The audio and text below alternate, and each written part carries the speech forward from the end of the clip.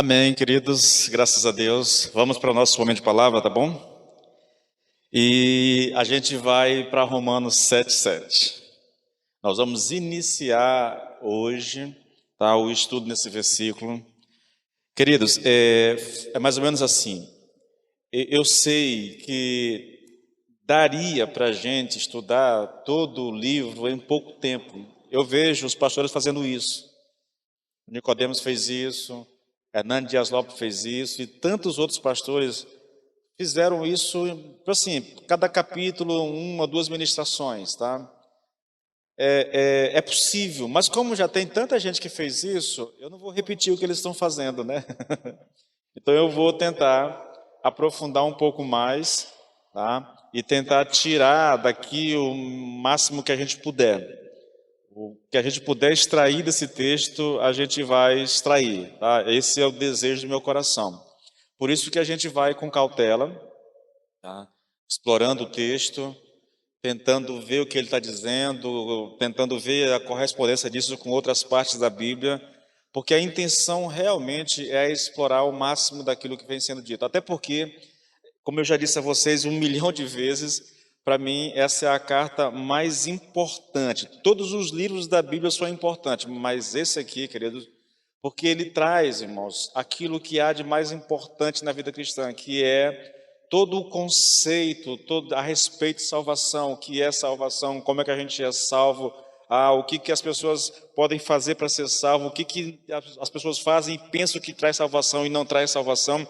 Então, toda essa questão que envolve a soteriologia, que é a doutrina da salvação, nós temos aqui.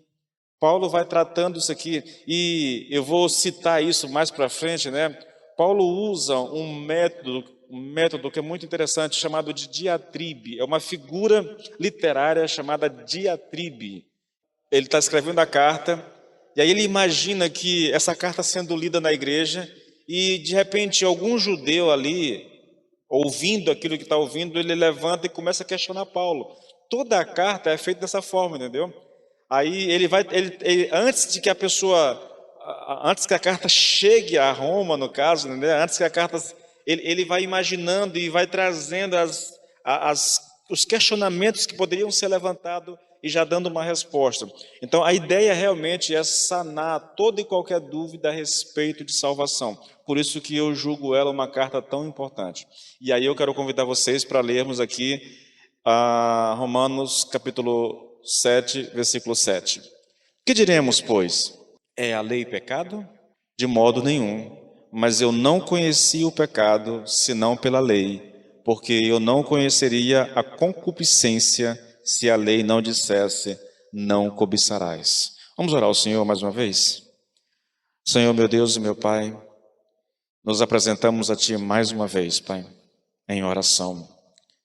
E o nosso clamor, o nosso pedido, a nossa súplica agora é que o Senhor ilumine o nosso entendimento, Pai. Nós queremos compreender a Tua palavra, Senhor. Nós queremos que a palavra, de fato, Senhor, alimente a nossa alma, o nosso espírito. Deus, em nome do Senhor Jesus, Pai, que nenhuma preocupação, Senhor, que nenhuma outra coisa venha interferir, Senhor, no nosso aprendizado, Senhor, na compreensão da Tua palavra, mas que o Teu Espírito nos auxilie nesse momento, de forma que a palavra seja bênção nas nossas vidas, em o nome do Senhor Jesus Cristo. Amém e amém. Queridos, esse é um ponto muito importante do capítulo, tá bom? É fundamental que a gente entenda isso, e aqui vou começar aqui, na verdade, com uma recapitulação, porque eu preciso voltar no contexto dessa carta e até mesmo desse capítulo aqui, para que a gente entenda o que Paulo está dizendo. Olha, há muitas interpretações a respeito dessa sessão que começa hoje aqui no versículo 7 e no restante do capítulo. As pessoas parece que vão ao livro de Romanos, no capítulo 7, tentando saber de quem é que Paulo está falando ali aqui, começando daqui no caso, tá bom? De quem Paulo está falando, né? E aí toda a preocupação deles é exatamente essa. Então eles vão para o capítulo tentando achar, e aí eles se perdem porque eles deixam de lado o mais importante, o contexto. Eles deixam de lado o que vem antes, entendeu? O que tem depois. Como o foco é saber quem é esse homem, nós gostamos de uma discussão teológica, né? Uns dizem, o homem aqui é o povo de Israel quando saiu do Egito. Outro diz assim, o homem aqui é Paulo, né? Quando ele estava escrevendo a carta. E aí surgem as teorias, surgem as interpretações. E eu não gostaria nem que a gente se preocupasse com isso aqui. Que a nossa preocupação seja tentar entender o que Paulo está colocando. E para fazer isso, irmãos, eu preciso realmente fazer uma abordagem retrospectiva, tá? Para a gente entender o que Paulo vai colocar aqui. Sério, olha, se nós quisermos entender corretamente o que será dito a partir desse versículo, nós precisaremos ter consciência do contexto em que nós estamos inseridos. E é por isso que nós vamos voltar para Romanos capítulo 5, tá? Sem o conteúdo do capítulo 5, queridos, nós teremos muita dificuldade de compreender o ensino de Paulo aqui. E por que eu digo isso, irmãos? Vocês sabem que toda a minha pregação, todo o ensino que eu venho fazendo aqui em Romanos é baseado num comentário de Mark Lloyd Jones, tá bom? Eu já disse, eu tenho outros comentários em casa, e que no começo até me serviu, mas agora eu praticamente abandonei todos, e eu estou seguindo o comentário de Lloyd Jones, porque entendo, eu já li o Romanos 7, de comentário dele umas 3 vezes ou 4 vezes, eu estou estudando isso, e eu entendo que é o melhor que tem, é o mais coerente, né? É o mais lógico, na verdade. Tá? Então, de acordo com essa interpretação que a gente vem fazendo de Romanos, o capítulo 6 e 7, ele é, na verdade, um parêntese que Paulo abre para explicar o que ele disse em Romanos 5, 20. 20 e 21, no caso, mas o versículo-chave é o versículo 20, entende?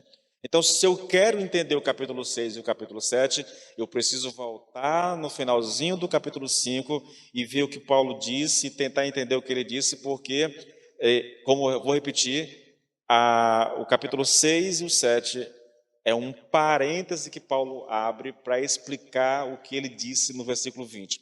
Vamos ler agora, versículo 20 e 21. Na verdade, vamos ficar só com o versículo 20, tá bom? Porque o que ele diz realmente é aqui no versículo 20, tá bom? Ele diz assim, olha, veio, porém, a lei para que a ofensa abundasse, mas onde o pecado abundou, superabundou a graça. Segue o texto, mas eu não vou me ater ao restante não, tá bom? Esses versículos, querido, né, vamos ler o restante, vamos lá. Para que assim como o pecado reinou na morte, também a graça reinasse pela justiça para a vida eterna por Jesus Cristo, nosso Senhor. Eu preguei aqui umas 6 mensagens baseadas nesses 2 versículos aqui, tentando explicar o que Paulo estava dizendo aqui, tá? Esses versículos aqui, eles são uma explicação para o que Paulo tinha dito nos versículos anteriores. Se você voltar dos versículos 12 até o 19, Paulo sintetiza praticamente todo o ensino a respeito da salvação ao fato de nós estarmos em Cristo Jesus. Tá?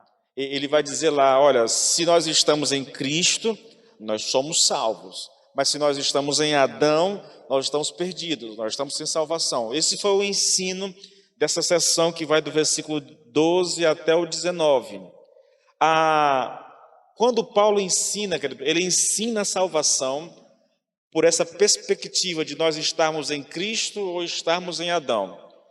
Ao ensinar isso, Paulo imagina alguém lá na igreja de Roma levantando a mão e perguntando para o pastor assim, mas esse ensino aí praticamente não deixa espaço para a lei. É como se você estivesse anulando a lei com o teu ensino. Se eu estou em Cristo, eu sou salvo. Se eu não estou em Cristo, se eu estou em Adão, eu estou perdido. E a lei nesse negócio? Isso significa que você está anulando a lei? Pondo a lei de lado? Essas pessoas acreditavam, querido, que sem a lei não haveria nenhum padrão, sabe, que pudesse avalizar a conduta das pessoas, o comportamento das pessoas. Eles imaginavam que a lei era a garantia para uma vida de santidade. Eu preciso obedecer a lei para viver em santidade, entende? Então, o ensino de Paulo aqui parece, querido, que está varrendo a lei, na verdade, e não há, de acordo com a concepção de um judeu, sem a lei não haveria salvaguarda para um viver santo, porque eles entendiam que viver em santidade significava uma vida em obediência à lei. Para responder essas questões, Paulo escreve os capítulos 6 e 7. No capítulo 6, ele trata da questão moral. O que eu estou falando? Estou falando do pecado. Olha como que começa o capítulo 6, no versículo 1. Paulo diz que sobreveio a lei para que abundasse, aumentasse, avultasse o pecado. E parece que ele está realmente trazendo uma informação que choca aquelas pessoas. Aí ele diz, olha, onde abundou o pecado, superabundou a graça. Imediatamente alguém se levanta e diz assim, quer dizer então, Paulo, que nós vamos permanecer no pecado para que a graça continue abundando? Queridos, é um pensamento lógico esse. Eu quero que vocês entendam isso. Onde abundou o pecado, superabundou. A manifestação do pecado trouxe uma ação superabundante, poderosa da graça. Então alguém pergunta assim, quer dizer então que a gente vai permanecer no pecado para que a graça continue cada vez mais abundante? Mais ou menos, a ideia é mais ou menos essa. Se nós continuarmos no pecado, nós estaremos dando à graça a oportunidade de ela se manifestar e de ser abundante. E a resposta de Paulo é, de forma alguma, de modo nenhum. Ou então, queridos, ainda em Romanos 6, no versículo 15, novamente a pergunta, e então, havemos de pecar porque não estamos debaixo da lei e sim da graça? Vocês percebem? Nós temos aqui uma questão moral. Vamos continuar pecando para que a graça continue aumentando? Então, Paulo escreve esse capítulo para tratar disso. A pergunta é feita no versículo 1, e aí ele vai responder isso do 2 até o 14. Do 2 até o 11, na verdade. Aí depois ele faz uma aplicação.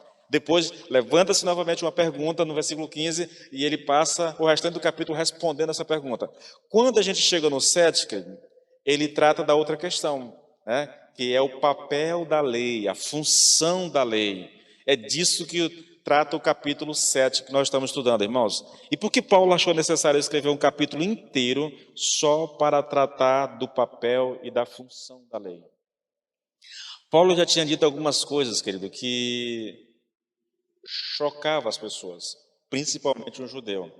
Novamente, sobreveio a lei para que avultasse a ofensa, mas onde abundou o pecado, superabundou a graça. A palavra sobreveio aqui, irmãos, um dos significados delas é infiltrar-se. Daí Lloyd Jones dizer, ele interpreta isso como se Paulo estivesse dizendo que a lei entrou lateralmente, de lado, entendeu? Quase que sorrateiramente, ela entrou, ela se infiltrou, na verdade. A lei se infiltrou para que aumentasse a ofensa. Você consegue imaginar um judeu ouvindo isso? Paulo falando isso a respeito da lei? A gravidade que seria nos ouvidos de um judeu dizer que a lei tem esse papel, que a lei faz aumentar o pecado? Ou então, querido, eu já li o texto, mas vou ler novamente, Romanos 6,14. Aliás, eu li o 15, não foi? É isso. Porque o pecado não terá domínio sobre vocês, pois vocês não estão debaixo da lei e sim da graça. Sabe como é que soa esse versículo, irmãos? Se vocês estivessem debaixo da lei, ou seja, se vocês fossem governados pela lei, o pecado teria domínio sobre vocês. Vocês seriam governados pelo pecado. É assim que soa esse versículo.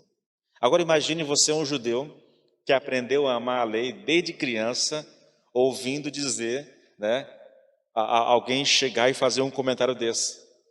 Se você quiser viver uma vida governado pelo pecado, pela lei, né, pela lei, vocês não estariam debaixo da graça. Vocês estariam perdidos, na verdade. É como se a lei causasse isso, entende?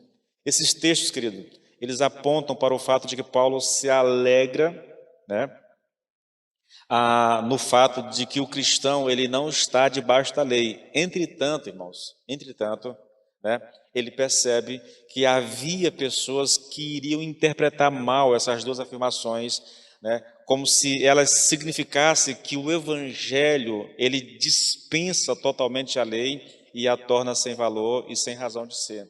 Novamente, Paulo imagina alguém ouvindo a leitura da carta e levantando questionamentos. Então ele se antecipa, ele faz os questionamentos e ele mesmo resolve. São esses os motivos, irmãos, que levaram Paulo a escrever esse capítulo. Como diz Lloyd Jones, esse capítulo 7 é o capítulo dos capítulos quanto à lei e à função, né, e à relação do cristão com a lei. A intenção de Paulo é mostrar, irmãos, que a santificação pela lei é tão impossível quanto a justificação.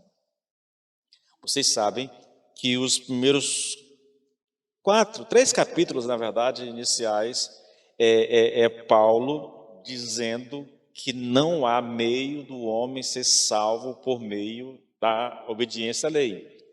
Não há justificação por meio da lei. Por quê? Porque todos nós estamos debaixo da ira de Deus, porque todos nós pecamos e o homem não consegue obedecer. Na verdade, querido, Paulo diz no capítulo 3, no versículo 20, né, que nenhuma carne será justificada diante de Deus pelas obras da lei. Agora ele vai mostrar que que ninguém pode ser santificado pela lei, por estar debaixo da lei. Nós não podemos ser salvos ou justificados pela obediência à lei, e nós também não podemos ser santificados pela obediência à lei. Aqui há algo interessante, sabia, queridos? Eu já disse isso aqui. Há pastores que têm medo de falar da graça e da justificação pela fé somente, porque eles acreditam que se não pregarem a lei, as pessoas vão viver em pecados. Então, a igreja vive cheias de regulamentos, de mandamentos. Eu soube de igreja, irmão, que quando você se converte, você recebe uma listinha do que você pode e você não pode fazer. São regulamentos, leis, entende? Que as pessoas impõem às outras, porque elas acreditam que se não houverem essas leis, as pessoas não serão santas. Se não tiverem mandamentos para obedecer, elas não seriam santas. Esse é mais ou menos o pensamento de um judeu. É por isso que o judeu tinha tanta raiva da pregação de Paulo, porque parece que a pregação de Paulo anulava a lei, sabe? Deixava a lei de lado. É como se ela não tivesse utilidade. Não, mas não é isso que Paulo está ensinando, irmãos. E eu vou mostrar isso a vocês, na verdade. Bom, a questão de que ninguém pode ser santificado pela lei é o tema central do capítulo 7. Tá? Esse capítulo 7, eu já disse a vocês, ele foi dividido em 3 partes. Na primeira parte, que vai dos versículos de 1 até o 6, que nós já estudamos nós temos uma declaração geral feita para mostrar que, como cristãos, nós estamos numa relação inteiramente nova com a lei e que isso é essencial para que nós demos frutos para Deus, servindo a Deus em novidade do Espírito e não na velhice da lei. Eu estou sintetizando tudo o que eu disse aqui em, 12, 15 ministrações, tá? É isso que Paulo está ensinando. A nossa relação com a lei não é mais a mesma de antes. Nós não somos mais escravos, nós não estamos mais debaixo da lei. Porque nós estamos em Cristo, agora nós vivemos e servimos a Deus em novidade de espírito. Nós servimos a Deus no poder do Espírito Santo e não na caducidade da lei. Nós gastamos muito tempo falando sobre isso, queridos. A segunda parte, na verdade, que vai do 7 até o 12, O propósito de Paulo aqui, querido, é justificar a lei. A lei aqui é uma referência aos 10 mandamentos. A intenção de Paulo, nessa sessão que nós vamos começar a estudar hoje, é justificar, é defender a lei e provar que a lei nunca deve ser responsabilizada pelo nosso insucesso em cumpri-la, pelo nosso fracasso em obedecê-la, entendeu? É uma defesa do caráter da lei. Ele absolve a lei completamente de toda acusação de envolvimento em nossa culpa. A ideia eu fracasso, eu erro, eu peco, não por causa da lei, tá? É isso que Paulo vai fazer. Isso é muito interessante, irmãos. Você tem que ter em mente isso, tá bom? É uma defesa. Paulo vai defender a lei. Paulo vai mostrar que a lei não é a responsável pelo nosso pecado, pelo nosso erro, pelas nossas falhas, entende? É isso que ele vai fazer. O versículo 13, né, eu já coloquei ele na terceira sessão, mas aqui eu quero fazer uma diferenciaçãozinha, porque ele é uma espécie de transição, um versículo de transição. Ele resume o que foi dito na sessão anterior e introduz a sessão que vai começar no versículo 14, tá? É a terceira parte do capítulo 7, né? Que vai do 14 até o 25. Paulo vai demonstrar aqui nessa sessão, de maneira prática e experimental, o que ele disse na segunda parte. Que o problema não é a lei, o problema somos nós e o pecado em nossas vidas, tá? Veja, querido, mesmo que Paulo tenha feito uma defesa na segunda sessão, que é a sessão que nós vamos estudar hoje, ele mostra que a lei não somente falha em nos libertar, mas de fato a lei agrava o problema. E por fim, ele termina mostrando que, embora a lei nos deixe num estado de completo desamparo, há todavia uma esperança. Daí o brado lá no final, né? Dou graças a Deus por Jesus Cristo nosso Senhor. Veja, não é que a lei é responsável pelo meu fracasso. Que fique bem claro, eu sei que a gente vai explorar o texto muito, mas que fique claro, Paulo não está culpando a lei pelo nosso fracasso na sua obediência. O problema não é a lei. Só que a lei, por causa da nossa natureza, por causa do pecado em nós, ela piora a nossa situação, tá? Não que ela seja responsável, mas é aquela coisa, irmãos. A gente já falou sobre isso aqui, né? Quando você coloca uma plaquinha sobre uma grama, eu já vi isso muitas vezes, né? Não tem, a grama está ali, não tem nenhuma placa, ninguém nem liga para a grama. Mas aí o camarada acha de colocar uma placa dizendo não pise na grama. Pronto.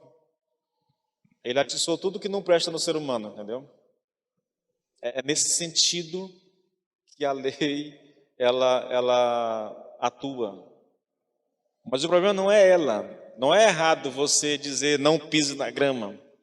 Tá certo, você está tomando uma certa precaução com alguma coisa.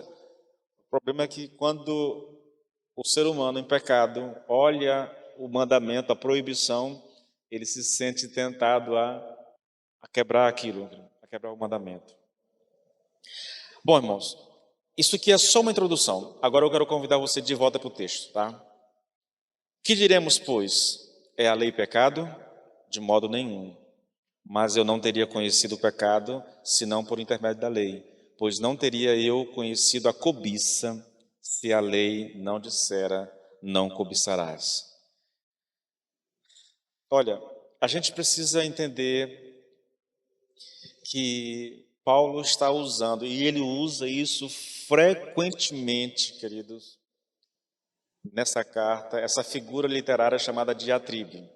Ele imagina a carta sendo lida e alguém se levantando para fazer um questionamento.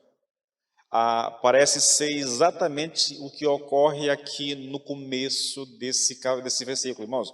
Alguém está perguntando, que diremos, pois? É a lei pecado?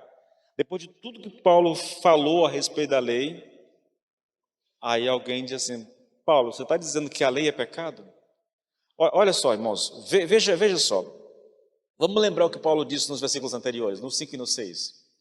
Paulo diz assim, olha, porque quando vivíamos segundo a carne, as paixões pecaminosas postas em realce pela lei, operavam em nossos membros a fim de frutificarem para a morte. A lei é como se ela estivesse impulsionando, entendeu? As paixões da nossa carne. Agora, porém, libertados da lei, estamos mortos para aquilo a que estávamos sujeitos, de modo que servimos em novidade de espírito e não na caducidade da lei. Ele está apresentando a lei aqui, querido, de uma forma assim muito negativa. E repito, talvez isso para nós não surta o mesmo efeito, a gente não se impacte com aquilo que está sendo dito, porque nós não somos judeus. Porque nós não crescemos ouvindo a lei, já diz, uma criança em Israel, quando ela chega na casa dos 12 anos de idade, ela passa por uma experiência chamada Bar Mitzvah, onde ela teria que recitar todos os 613 itens da lei mosaica. Então, a criança aprende a lei desde bebê, ela vai aprendendo, ela aprende a amar a lei, a conhecer, a recitar a lei. Então, era algo de muita importância para o judeu.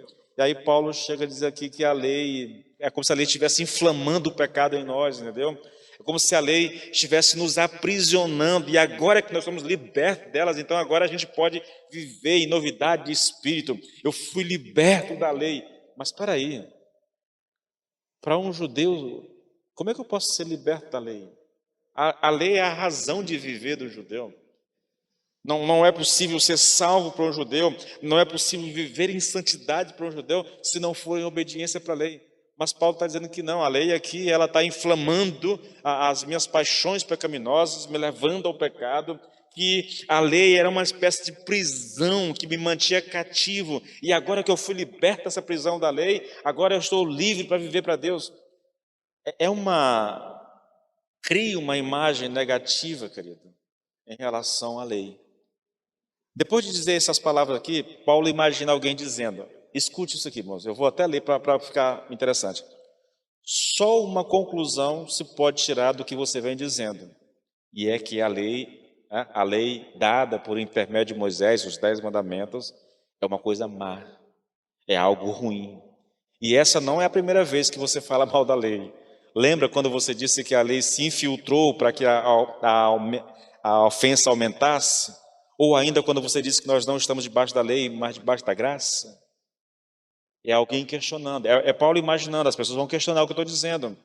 Quando você diz que quando estávamos na carne, as paixões dos pecados que são pela lei, né, agravados, produzidos pela lei, operavam em nossos membros para darem fruto para a morte, não estaria você dizendo que a lei é pecado? Ou quando você se regozija no fato de que nós estamos debaixo da lei, exatamente da mesma maneira como se regozija de que nós não estamos mais debaixo do pecado, não estaria insinuando que o pecado e a lei são iguais? Não há diferença nenhuma entre eles? Tudo isso aqui, querido, faz parte da diatribe, faz parte de Paulo, ao escrever o que está escrevendo, imaginar alguém se levantando para perguntar essas coisas. E qual é a resposta de Paulo para essas perguntas todas? O versículo 7 diz, de modo nenhum. É a lei pecado, Paulo? De modo nenhum. Essa é a resposta preferida de Paulo, querido, sempre que a pergunta é fruto de uma má compreensão do seu ensino. Eu vou te mostrar isso. E aqui eu estou citando casos de diatribe. Todos esses casos são casos de diatribe, tá? De um debatedor imaginário. Romanos 3:3. E então, se alguns não creram, será que a incredulidade deles anulará a fidelidade de Deus? E Paulo responde, de modo nenhum. Eles entenderam errado o que Paulo estava ensinando. Romanos 6:1, irmãos. Que diremos então? Continuaremos no pecado para que a graça aumente ainda mais? De modo nenhum. Outra vez, vocês entenderam errado o meu ensino, vocês não compreenderam o que eu quis dizer. Versículo 15, Romanos 6:15. E então, havemos de pecar porque não estamos debaixo da lei, e sim debaixo da graça? E a resposta de Paulo é, de modo nenhum. Queridos, isso soa, e quando eu digo isso aqui, agora eu estou voltando para o versículo 7, tá bom? A resposta de Paulo. Isso soa como se Paulo estivesse dizendo, ou de modo nenhum soa como se Paulo estivesse dizendo assim, olha, como há alguns que pensam essas coisas, devemos investigar, devemos examinar isso, porque se de fato vocês fazem essa conclusão do que eu tenho dito sobre a lei, a verdade é que vocês entenderam o meu ensino de maneira totalmente errada. É isso que significa de modo nenhum. É porque as pessoas entenderam errado aquilo que Paulo disse. A ênfase, querido, a essa resposta de Paulo se dá aqui porque ele está fazendo uma defesa pessoal do ensino, da sua pregação. É como se ele estivesse justificando a sua mensagem. Se você voltar para Romanos 5, acho que é 5, olha a acusação que é feita, querido. E Paulo trata isso quase como uma ironia. Deixa eu pegar aqui se é o 5 mesmo. Não, não é o 5, é o versículo 3, é capítulo 3 de Romanos. Isso, versículo 5. Olha só. Mas, se as injustiças que cometemos servem para ressaltar ainda mais claramente a justiça de Deus, o que é que podemos dizer? Que Deus é injusto quando nos castiga? Esta é a maneira de algumas pessoas falarem. Isso aqui é Paulo citando o entendimento que as pessoas tinham a respeito da mensagem que ele estava pregando. Qual era o entendimento? Que as injustiças que nós cometemos servem para ressaltar mais claramente a justiça de Deus. A ideia é que a mensagem de Paulo estava levando as pessoas a pensar o seguinte: bom, nós vamos continuar pecando, nós vamos continuar praticando injustiça, para que a justiça de Deus continue sendo ressaltada, entendeu? Enfatizada. É a mesma coisa do pecado. Vamos permanecer no pecado para que a graça continue abundando, né? O entendimento deles era exatamente esse. E Paulo tem consciência de que aqueles irmãos, boa parte daqueles irmãos dos judeus, faziam um juízo equivocado da mensagem. Eles não entendiam o que Paulo dizia, e porque não entendiam, eles tinham interpretações completamente errôneas a respeito do ensino de Paulo, irmãos. Então, ele, aqui nesse capítulo, ele faz uma defesa da sua pregação, tá? Do ensino dele. E é exatamente por causa disso que muitos estudiosos acreditam que o principal propósito de Paulo nesse capítulo é relatar a sua experiência. Já que ele está fazendo uma defesa pessoal do seu ministério, do seu ensino, da sua pregação, alguns acreditam que ele está usando a sua própria vida, a sua própria experiência como propósito aqui, irmãos. Aí é por causa disso, né? Porque eles entendem que o principal propósito de Paulo aqui nesse capítulo é relatar a sua experiência, que eles atribuem a Paulo aqui, né? Que Paulo está falando dele mesmo, da sua experiência como cristão, dos seus altos e baixos como cristão.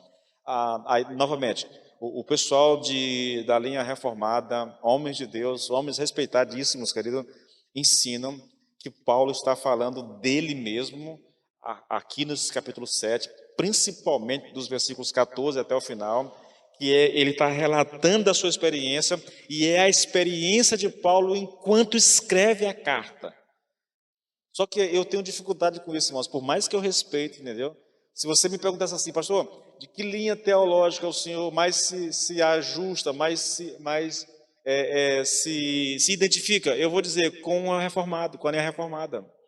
Eu não me considero um reformado, eu não gosto de títulos, assim, essas coisas, mas é a teologia que mais se assemelha com aquilo que eu creio, entendeu? Que eu mais me identifico, mas discordo da interpretação nesse sentido. Não penso que Paulo está falando de si mesmo. A pergunta é, irmãos, estariam esses estudiosos corretos em acreditar que Paulo está aqui relatando a sua própria experiência? Lloyd Jones diz que Paulo nunca teria escrito o que temos nos versículos 7 a 25, não fosse a probabilidade de haver um entendimento errôneo do que ele disse nos versículos de 1 a 6. Tá? Na verdade, do que ele já tinha dito no fim do capítulo 5. Em outras palavras, o objetivo do apóstolo nesse capítulo não é contar a sua experiência, como alguns interpretam, mas tornar claro o seu ensino sobre a relação do cristão com a lei e mostrar que a lei nunca pode nos santificar, tampouco pode nos justificar. A preocupação de Paulo aqui, querido, não é com a sua experiência. A preocupação de Paulo aqui é fazer com que as pessoas entendam corretamente aquilo que ele está ensinando. E se eu ler o capítulo 7 com essa perspectiva, talvez eu tenha uma percepção diferente do capítulo, tá bom? Porque ele não está preocupado consigo mesmo em relatar a experiência, como alguns dizem. Ele está preocupado em fazer uma defesa da sua pregação, tá? No sentido de que as pessoas entendam o ensino dele. E aqui, irmãos, eu convido vocês mais uma vez para ler o texto. Isso vai ficar gravado na sua mente, tá bom? Que diremos então? Que a lei é pecado? Olha a pergunta, irmãos. Na verdade, se você olhar nas redes sociais, foi esse o título que eu dei para a mensagem, tá? É a lei pecado? Né? Porque essa é a questão que Paulo está tratando aqui. E ele responde, de modo nenhum. Mas eu não teria conhecido o pecado a não ser por meio da lei, porque eu não teria conhecido a cobiça se a lei não tivesse dito não cobice. Observe o texto, querido, e perceba que longe de dizer que a lei é pecado, ele na verdade está afirmando aqui exatamente o contrário, irmãos. Isso é muito curioso. E aqui eu faço uma pergunta no sentido de tornar esse ensino um pouquinho mais didático, tá bom? De que maneira o ensino do apóstolo era justamente o oposto da afirmação de que a lei é pecado? Porque na mente de algumas pessoas que iriam ouvir essa carta, a conclusão que eles chegariam era que a lei é pecado, né? Porque a lei é uma prisão, a lei é alguma coisa que pode ser descartada, na verdade. Paulo está equiparando a lei, comparando a lei com o pecado, entendeu? Então, no mesmo nível, no mesmo patamar. E eu faço essa pergunta para poder responder no sentido de que você possa compreender melhor o que Paulo está ensinando nesse versículo. A pergunta é, de que maneira o ensino de Paulo era justamente o oposto da afirmação de que a lei é pecado? E ele responde isso de duas maneiras, irmãos. Em primeiro lugar, eu só vou tratar de uma resposta hoje, porque eu já estou olhando que o tempo não vai dar tempo de entrar na segunda, tá bom? Em primeiro lugar, ele diz, eu não conheci o pecado senão pela lei. Olha, queridos, esse é um texto perigoso, tá? Ele pode ser mal interpretado. Eu não conheci o pecado se não fosse pela lei. Versículo 7, né? A versão aqui, eu estou lendo a Nova Bíblia Viva. Será que eu estou sugerindo que a lei de Deus é má? Claro que não. Eu não teria conhecido o pecado a não ser pela lei. Esse ensino é perigoso e ele pode ser mal interpretado. Estaria Paulo aqui, irmãos, dizendo que só é possível conhecer o pecado através da lei? E a resposta é não, ele não está dizendo isso. Existem muitas pessoas, querido, que não são cristãos e elas estão cientes de que certas coisas são erradas e essas pessoas, mesmo sem ser cristãs, dizem que certas coisas são pecaminosas, tá? Há uma espécie de conhecimento geral do pecado em todas as pessoas, de modo que não há nenhuma possibilidade do apóstolo ter dito aqui que sem a lei ele não tinha conhecimento do pecado. Não é isso que ele está dizendo. O que ele quis dizer é que ele não tinha ciência da real natureza do pecado, enquanto a lei não tornou isso claro para ele. Escute, querido, escute. Foi a lei, diz Paulo, que o levou a um correto entendimento da realidade essencial do caráter, da natureza e da significação do pecado. Veja, qualquer pessoa, qualquer ser humano tem consciência do que é certo e do que é errado. Ele não precisa ter exatamente os 10 mandamentos, a lei de Moisés, para saber o que é certo. Ele tem consciência. Agora, o que está em questão aqui não é exatamente esse conhecimento superficial, esse conhecimento geral. O que está em discussão aqui, querido, é a real natureza do pecado. A real natureza do pecado, só por meio da lei a gente pode entender. Se nós observarmos bem, querido, nós temos aqui, de certa forma, uma repetição do que Paulo já tinha dito lá em Romanos 3,20. Nós já até lemos o texto. Pois nenhuma carne será justificada diante de Deus pelas obras da lei, porque pela lei vem o conhecimento do pecado. Não é esse conhecimento superficial, esse conhecimento geral, entendeu? O que Paulo está dizendo, querido, é que é unicamente a lei de Deus que de fato nos dá uma correta concepção do verdadeiro caráter e natureza do pecado. É isso que ele está colocando. Aqui nós temos um princípio, irmãos, extremamente importante e eu queria tratar isso com vocês. A real dificuldade com os não salvos é que eles não sabem e nem entendem a verdade acerca do pecado. Eles têm um conhecimento, mas é um conhecimento muito superficial. Tá? Eles não têm, o não crente, o descrente, o descrente, ele tem um código moral. Eles acreditam que algumas coisas são certas e que algumas coisas são erradas, mas isso não é entender o pecado, querido. No momento em que um homem entende a verdadeira natureza do pecado, ele passa a preocupar-se com a sua alma e busca um Salvador. Portanto, o problema das pessoas que não estão procurando um Salvador e a salvação é que elas não entendem a verdadeira natureza do pecado. E escute o que eu vou te dizer, querido. A função primordial e peculiar da lei é levar esse entendimento à mente e à consciência do homem. Aqui eu tenho uma coisa, irmãos, que eu gostaria de tratar com vocês. Durante muito tempo eu estive envolvido com o evangelismo. Quando eu morava em Imperatriz, na igreja, eu sempre participei de projetos evangelísticos. Alguns eu tenho lembranças muito vívidas, né? Por exemplo, a gente usava um folhetim chamado As 4 Leis Espirituais. É bem interessante.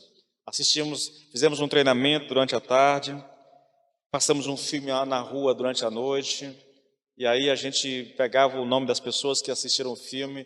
No dia seguinte a gente ia visitar aquelas pessoas com um folhetinho. E a instrução que nós tínhamos era a seguinte: vocês vão ler o folhetinho com elas até o final, porque no final elas são levadas a fazer uma confissão, confessar a Cristo como Senhor. E eu lembro que o pastor que estava ministrando aquele curso dizia: o nosso papel, a nossa obrigação é levar as pessoas a confessar a Jesus Cristo como Senhor, porque se elas confessarem, elas são salvas. Então, nós recebemos um treinamento para levar as pessoas a confessar isso. A gente foi, passou o filme, muita gente foi assistir, nós visitamos, eu estava na equipe de visitação.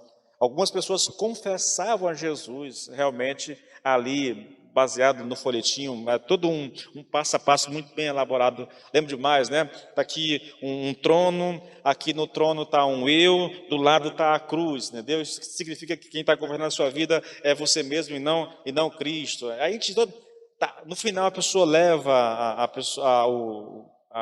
pessoa que a gente está visitando a fazer uma oração entregando a vida para ela, confessando a Cristo como Senhor. Nenhuma pessoa daquelas, querido, voltou à igreja. Aqui nós temos uma pergunta interessante, irmãos. E esse ponto da ministração de Paulo aqui, ele deve ser importante para nós. Qual é, e eu diria que, na verdade, nós temos aqui o questionamento mais importante a respeito do evangelismo bíblico. Que mensagem devemos anunciar ao homem que está em pecado, querido? Eu peguei de volta o material, e eu tinha emprestado isso para um colega meu, né, e ele me mandou o material de volta agora pelo Word, a respeito de um trabalho de um folheto não, é quase que um livro evangelístico, usando exatamente os 10 mandamentos como ferramentas de evangelismo. Queridos, deixa eu dizer uma coisa a vocês. Durante muito tempo na história da igreja, essa citação está bem no final da minha ministração aqui, muitos homens de Deus, os homens que a gente mais conhece hoje, mais respeitados, todos eles faziam uso da lei como ferramenta de evangelismo, sabia? A mensagem evangelística, durante muito tempo, não foi Deus te ama e tem um plano maravilhoso para a sua vida. A mensagem evangelística era: Deus está irado com você. Você está debaixo da ira de Deus porque está em desobediência aos mandamentos de Deus. Eu creio que essa deve ser a mensagem, querido, que nós devemos anunciar a quem não conhece a Deus, a lei de Deus. A lei de Deus. Lembra de Romanos 1,18? Quando Paulo anuncia o tema da sua ministração, do que ele vai falar da justiça de Deus. Mas antes de falar da justiça de Deus, ele traz aqui o porquê que nós precisamos dessa justiça de Deus, e eu creio que essa é a mensagem que nós devemos pregar. Por isso eu estou usando Romanos nos vídeos que eu faço para as redes sociais, de evangelismo. Romanos 1,18: a ira de Deus se revela do céu contra toda impiedade e injustiça dos seres humanos, que por meio da sua injustiça suprime a verdade. A ira de Deus se revela contra toda impiedade e injustiça. Mas o que é impiedade e injustiça, irmãos? Se você quer a resposta para isso, querido, Êxodo capítulo 20, versículo 3 em diante. A impiedade é o pecado cometido contra Deus. E esse pecado é descrito em Êxodo 20, a partir do versículo 3. Nos 4 primeiros mandamentos do Decálogo, tá, nós temos os mandamentos que estão diretamente conectados com Deus. Eu vou ler para vocês. Não terás outro Deus além de mim, é o primeiro mandamento. O segundo: não farás para ti nenhum ídolo, nenhuma imagem de qualquer coisa no céu, na terra ou nas águas debaixo da terra.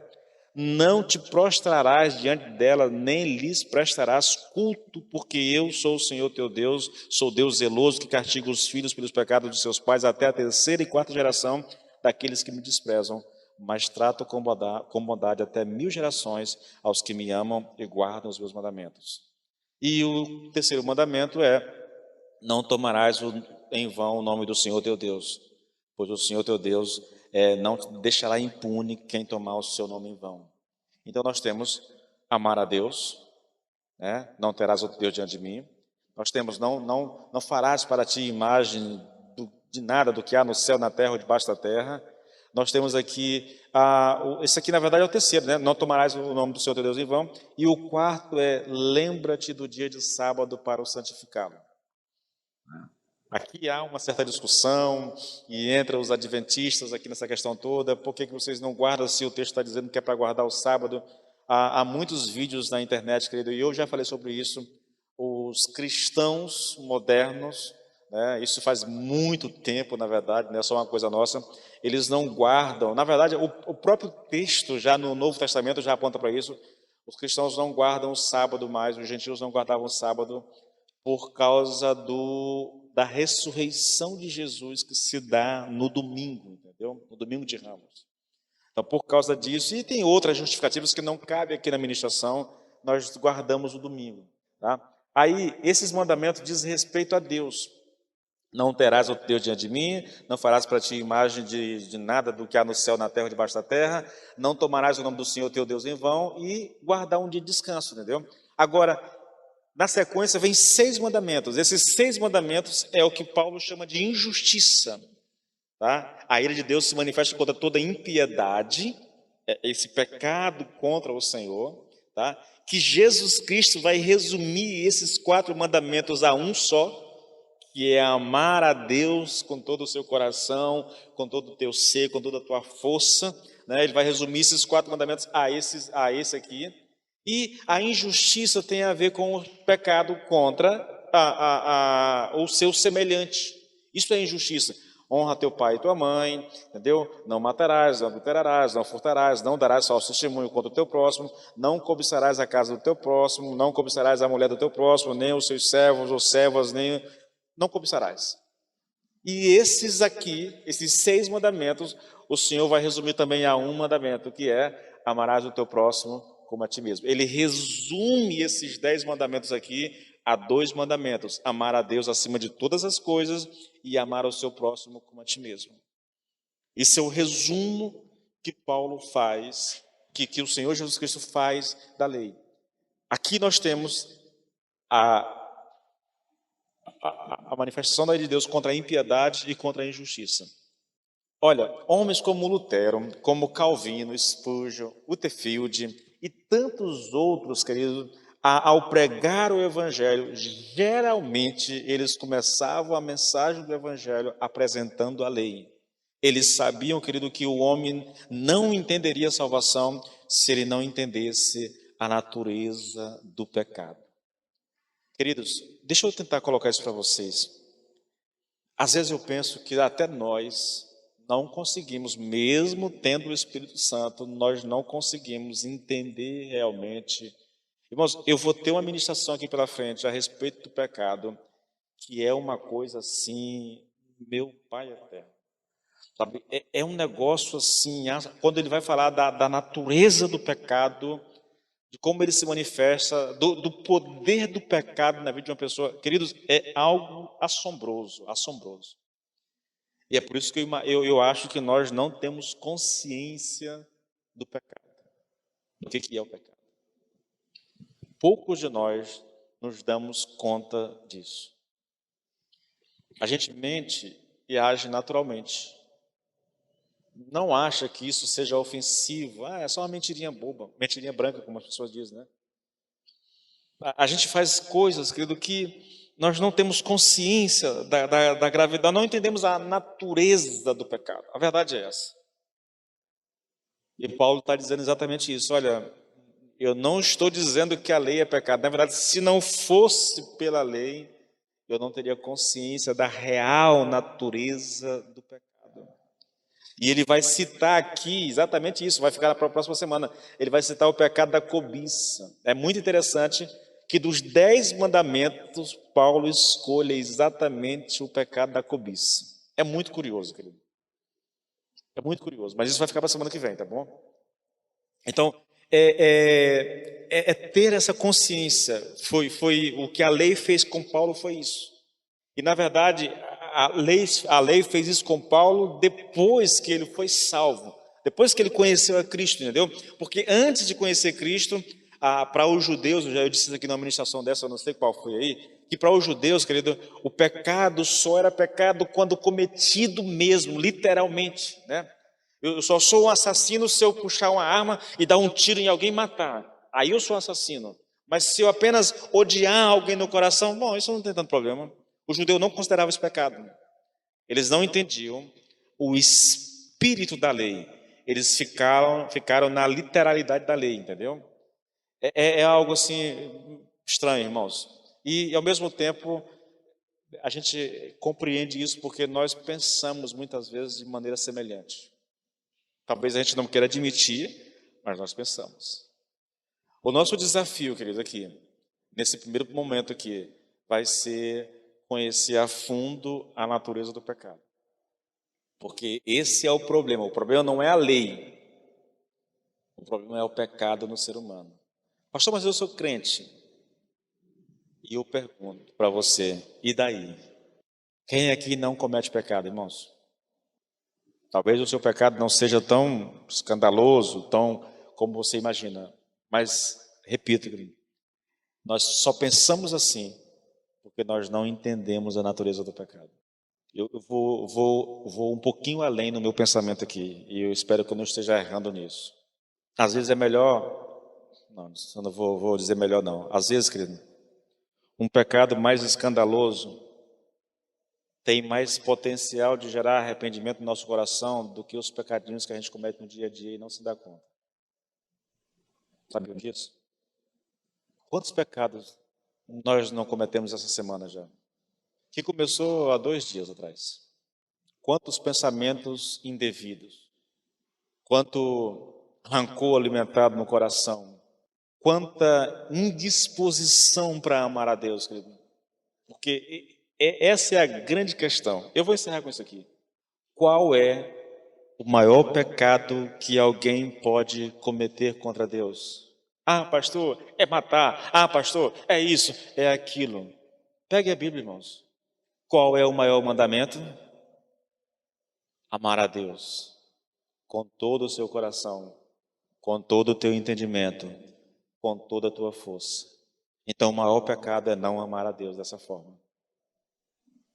Eu posso ser uma boa pessoa, eu posso até estar fazendo tudo certinho, pelas motivações erradas e não por amar a Deus. E porque eu estou fazendo as coisas certas, sem amar a Deus, eu estou pecando. Queridos, eu gostaria muito que a gente, nesses dias que vão se seguir aqui nessas ministrações, Eu gostaria muito que você viesse aberto para ouvir, sabe? Porque a intenção disso aqui, irmãos, não é apontar dedo para nenhum de nós. A questão não é essa, querido. E se você pensar dessa forma, você está me entendendo totalmente errado. Eu vou dizer para você, de modo nenhum é isso. O problema não é isso. A questão minha não é essa. A minha questão é nós entendermos, irmãos, a nossa real situação diante de Deus.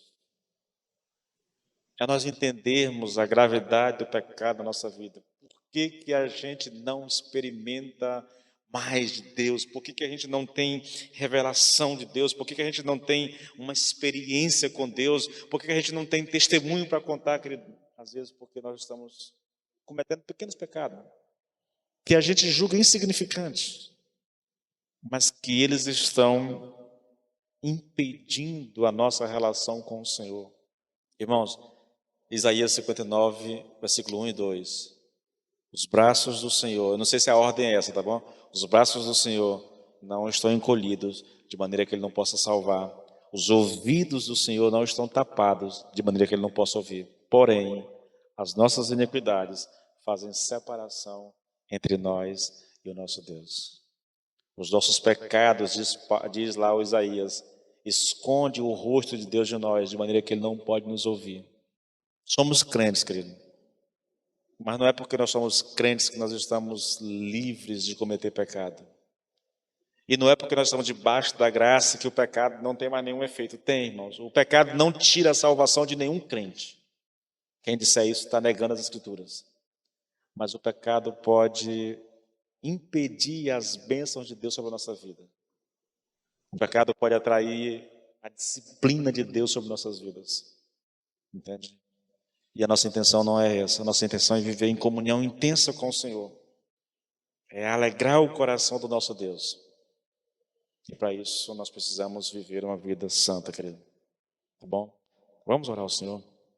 Senhor, nós te louvamos.